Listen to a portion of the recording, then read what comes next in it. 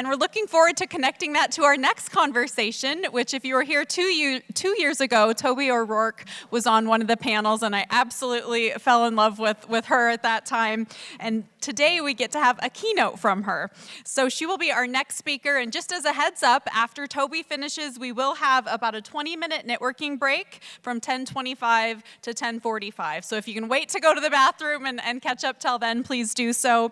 So at this moment, I'd like to invite the President and CEO of Kampgrounds of America, Toby O'Rourke, for a keynote address on thinking like a CEO, scaling strategy and the big picture. Please join me in welcoming Toby to the stage. Good morning. Morning. So I really appreciated this invitation to speak today, and when Sheridan reached out, she said the topic that you were interested in was think like a CEO. And that's been really challenging, and I sat with it a long time, because truly talking today in this room is very intimidating to talk about this topic. There's a lot of CEOs in the audience, there's a lot of senior leaders and people that I learn from, and likewise, there's so many wonderful senior leaders outside of this room that I study and I try to emulate. And this topic is just such a difficult charge also because there's so many different styles and approaches to being a CEO. I mean, consider the differences of a CEO of a marketing firm from a tech company or a startup to a legacy brand. And there's such a wide range of experience when we think about what a CEO brings to the table. I read these headlines recently, within the past month. Here's one: CIOs and CTOs will be the next CEO. Or CFO to CEO promotions reach a decade high. And then, as many of you saw, Disney promoted a new CEO recently, and I read this comment on LinkedIn. It said, Disney just put a parks guy in the top seat, not a finance guy, not a streaming guy, not a content guy. The person who has been obsessed with guest experience for decades is now running the entire company. They put their experience at the core of their corporate strategy, a clear and bold statement. So yes, CEOs are often chosen based off the needs of the company, and those needs change over time. There's really not a one-size-fits-all approach to being a CEO, but I do believe there's some key principles that applies to all of us. So who am I, and what do I bring to this conversation? I'm the CEO of Kampgrounds of America. We're the world's largest network of privately owned campgrounds with 515 locations across the US and Canada. We are proudly a Montana-based business. We were founded in 1962 on the banks of the Yellowstone in Billings.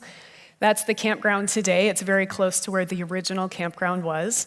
And our headquarters has remained in Billings ever since. And that's our new headquarters building that we opened a couple years ago. So I've been the CEO for 7 years. I've been with the company for 15. And my CEO identity is that I'm a marketer.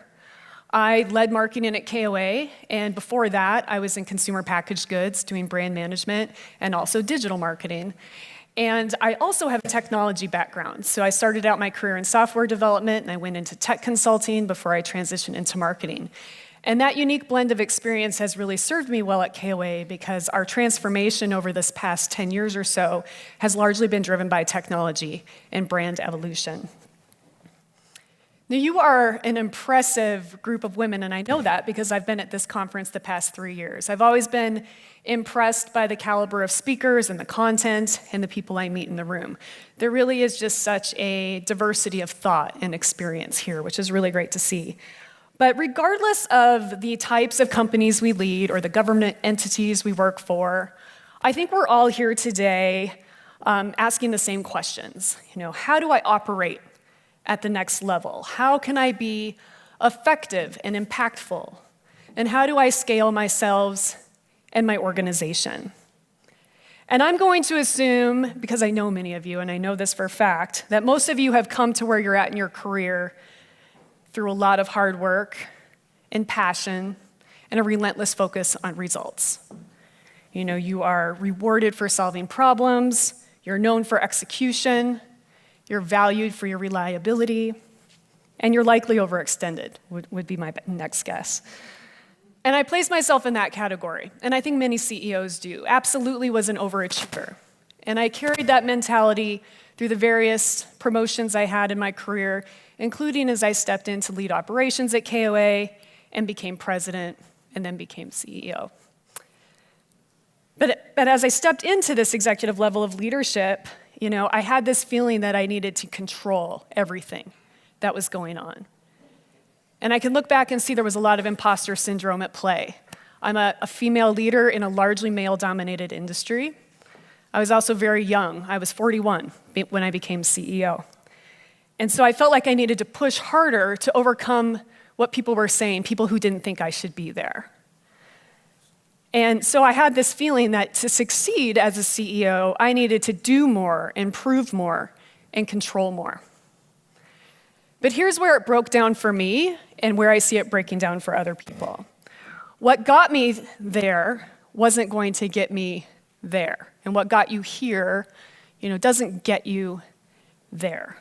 It's not about doing more at the CEO level. It's really about thinking differently. To operate at the next level, you need to level up. And I can look back and I can see that being a superstar doesn't automatically make you a good CEO. And the habits that may have made you is my mic still on? Yeah, okay. The habits that may have made you successful in your career, or made me successful, could actually limit my impact and my growth and the scale of my organization. So when I first became CEO, like I said, I brought marketing experience to the table. I brought technology acumen. I also had amassed a lot to learn that I knew about franchising, which is a big part of our business model. But now I was leading our company-owned operations. We own 50 of those 500 parks. It's actually 75% of our revenue. And I had a lot to learn about running campgrounds. We talk about sewer systems. We talk about water lines. I had to learn about the mechanics of buying and selling properties.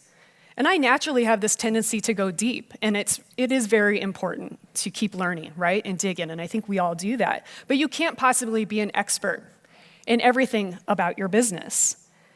And likewise, those areas I was very comfortable with, marketing and technology, I felt because I knew those areas, I really had to have control over those, even though I had promoted a new head of marketing as I had moved up.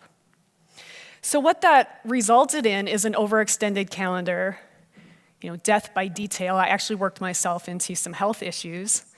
I saw people coming in with problems, not solutions, because I prided myself on being the solution finder. And so we moved slower. Because I had this need to control everything that was going on, we weren't nimble. And I recognize now that those were feelings of wanting to be indispensable. And I can spot that need in people a mile away now, and people on my team. Because as I've grown in my maturity as a CEO, I realize I have experts around me in their respective fields. And where I am most useful to the company is in setting overall strategy, getting everyone aligned to it, and keeping the momentum going. More than anything, I say that the job of a CEO is to keep dots connected, remove roadblocks, and break down silos. Now, no doubt, I do have a comprehensive view of everything going on at our company, and I use that to keep the board informed, but more so I use it to keep our team connected, find the way their work intersects, and how they can help each other.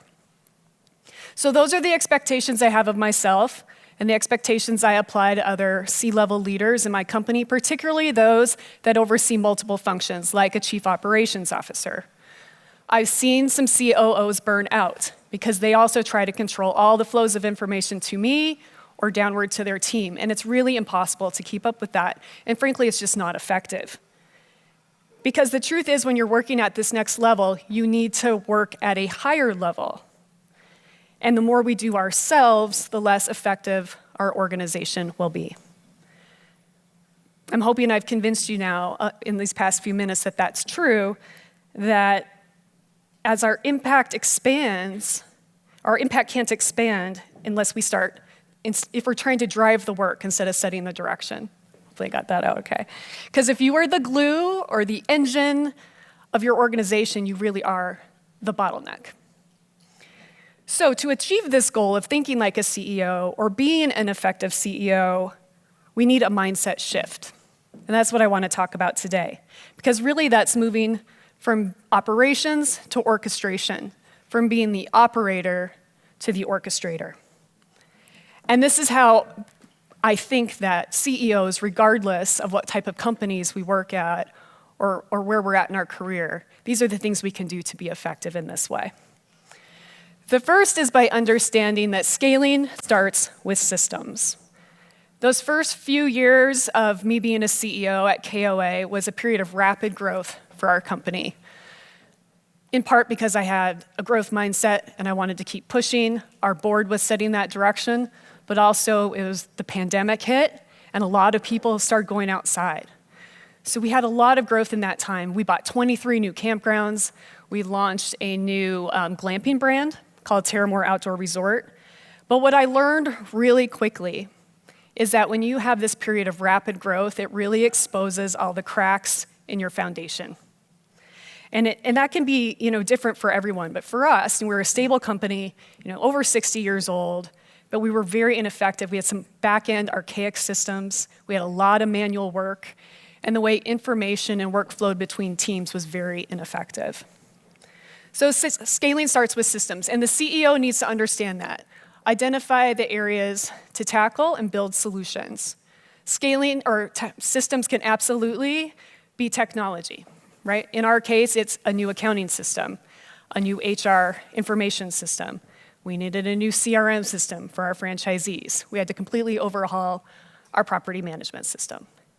But the systems I'm more so talking about are processes, project management, and communication. Processes. I'm very driven by efficiency, and I really think that it's important that a CEO keeps mapping those processes, tweaking those processes to make us most effective. That can look like defining handoff of works, identifying where there needs to be an alignment meeting, and looking at how your information flows between teams. For example, you can document SOPs, you can do process engineering work. We actually brought in process consultants to map out some of our key processes. But as the CEO, you need to keep reminding people of the processes. You need to keep revisiting those processes and tweaking them to make sure that you're most effective. Project management, this is something we're tackling right now. Over the past couple of years, I really started to recognize that we were really falling short because projects were being handled in individual departments. And as a result, they weren't fully taking in the needs of a whole organization. So we've now added resources to centralize project management at an enterprise level, and it's really starting to pay off. And I'm excited to see where we go with that. And lastly, communications. I do think the most important thing you do as a CEO is communicate to your board, your employees, your stakeholders. In my case, I also have franchisees. More than anything else, I think communication absolutely determines your success. So, we've had so many breakdowns in communications over the years, but I can remember a couple years ago, in Memorial Day weekend, I was in New York City. We were having some issues with our payment processing system, and I was seeing all of this negative feedback and discontent and concern coming in from franchisees. As you can imagine, if your payment processing system doesn't work on Memorial Day weekend, that's a big deal in camping.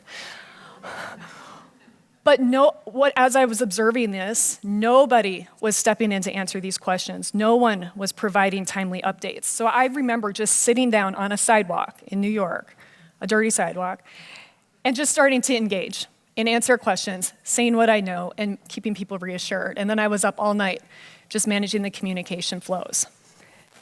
Clearly our crisis management process wasn't in place. We had it locked down for camper crisis management, but not for franchisee crisis management. We didn't have clearly defined roles, or clearly people didn't feel empowered to engage. I was really fired up after that. I declared that every piece of content going to the franchise system had to be reviewed by me, and I kept that up for about 6 to 8 months. That's not appropriate, and that's not effective. I had to reorg, I had to bring in a proper head of communications, we had to put new processes in place, and that allowed me to step back and move from being an operator to being an orchestrator. And as a result, our employee satisfaction and our franchisee satisfaction has really increased.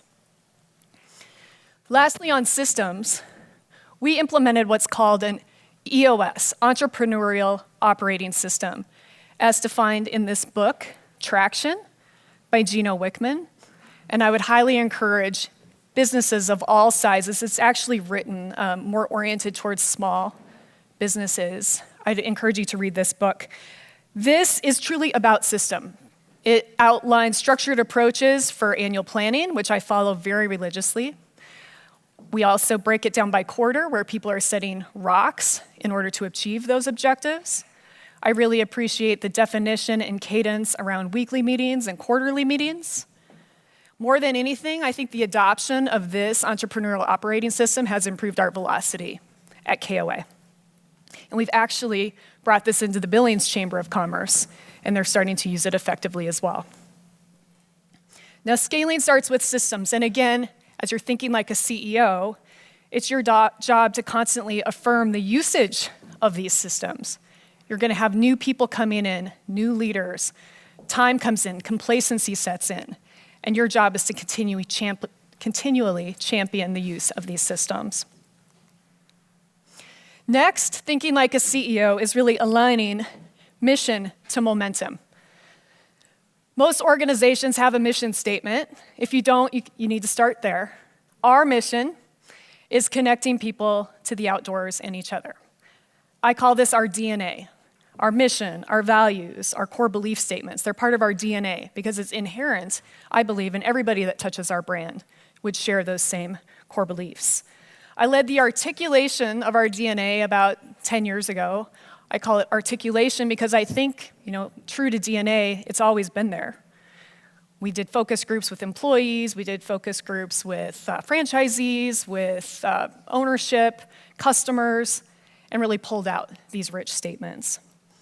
But as a CEO, you're not only there to articulate that DNA, you need to be its champion. Infuse it into everything you do, right? Into your media interviews, into your all-staff meetings, into your communications. You are the champion in the face of that DNA.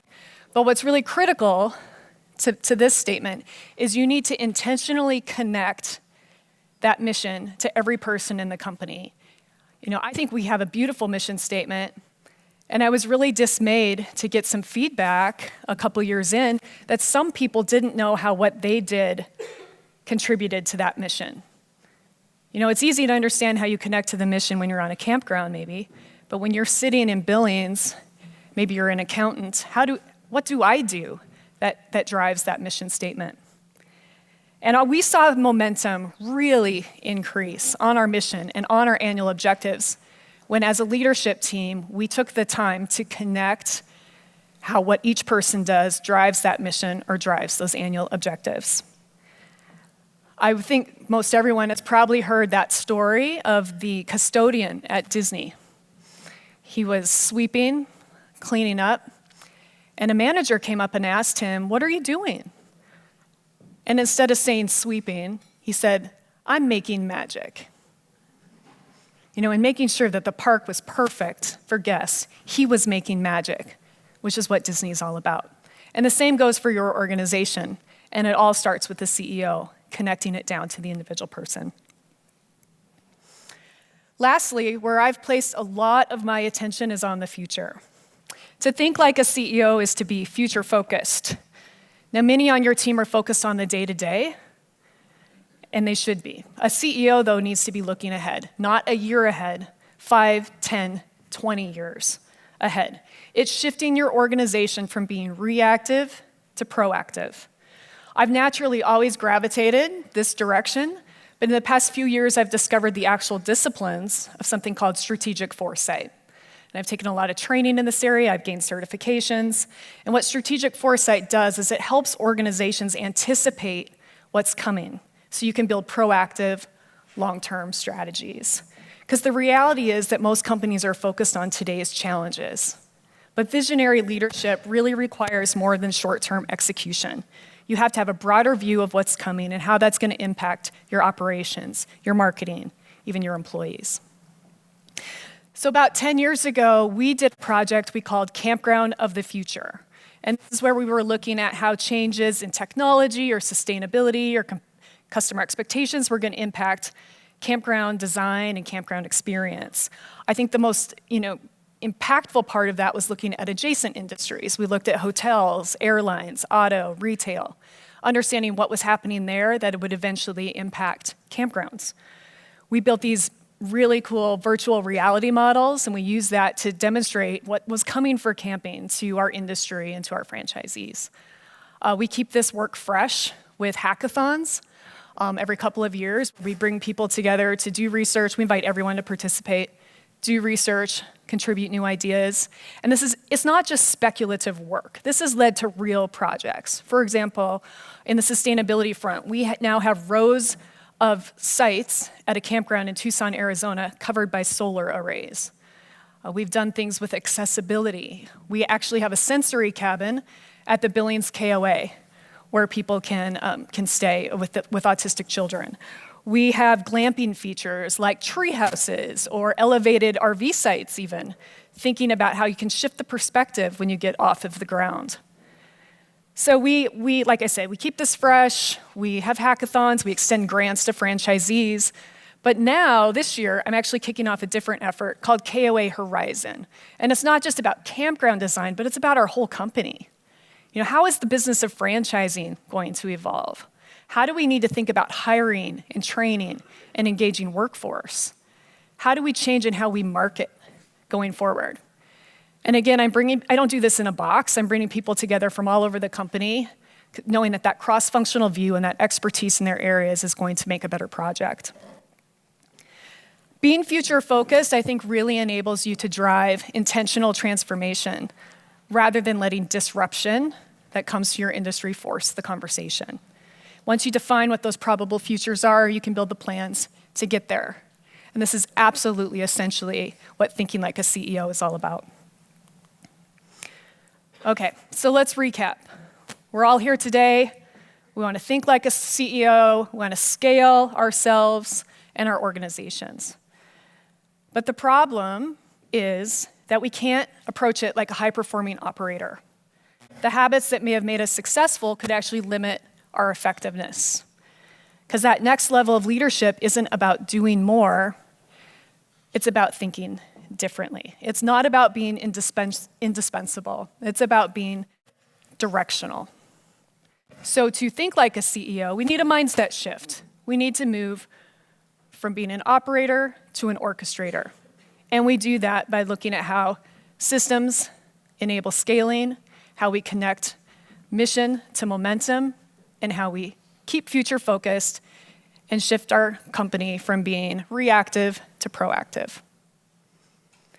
So not only does all of that achieve this goal of being an effective CEO, but it really develops a culture of empowerment. You start to develop leaders around you. You start to see more people leveling up. It also has created a culture of engagement for us. We don't measure employee satisfaction. We measure employee engagement. Satisfaction's a measure of comfort. Engagement is a measure of how involved they are, right, in your company. We have a core value of being an intrapreneur, which is working in this business as if it were your own. And it all starts, again, at the top with the CEO. Ultimately, when you lead from this place of orchestration, not only do you grow the business, but you build something that doesn't depend on you to survive. I'm a steward of this company. It was here before me, and it's going to endure long after me. And I think that applies to many of us here today. So we're part of something much bigger than ourselves. But what I really love about orchestration is it gives you more freedom and flexibility. And that's really, really important as we contemplate burnout, which is a serious issue with female executives. 1 in 4 CEOs leave their position within the first 2 years. 43% of female CEOs say they are burned out, compared to only 30% of men. But more than anything, what I love is it keeps you growing and evolving. If you're like me, you are growth-oriented, and you need to keep evolving.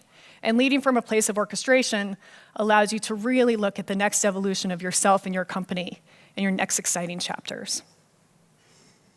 So I'll leave you with this. I encourage you to think about how you may orchestrate in your business and define a leadership philosophy. But then I would challenge you to visualize it. It's a great way to communicate it to your employees, and it also can serve as a reminder to yourself. So here's my visual. This is a kaleidoscope. And this really reinforces what's important to me and the things that we've talked about here today. I shared this visual my first day as CEO 7 years ago. I had this framed in my office. I have postcards of kaleidoscopes that I will give to employees. I think I've even had actual kaleidoscopes that I give out from time to time. So I'll talk you through what it means. So a kaleidoscope brings lots of different parts and pieces together, right? And I think you've heard me today talking about cross-functionality. This represents the different functions of our business, technology, finance, HR. And it really reinforces how I want to keep the dots connected because we really do create something beautiful together.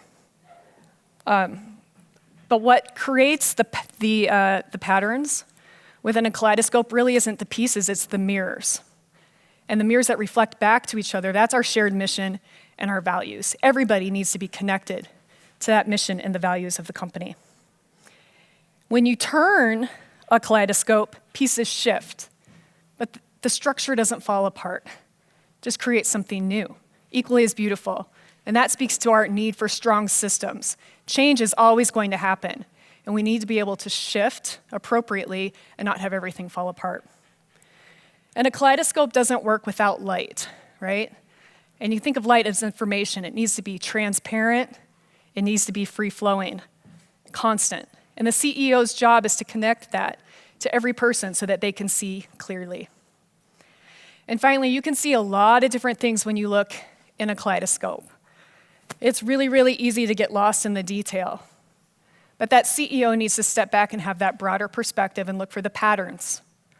Look what needs to shift. Turn the lens with intention, and absolutely always be looking ahead towards that bright, beautiful future. Thank you.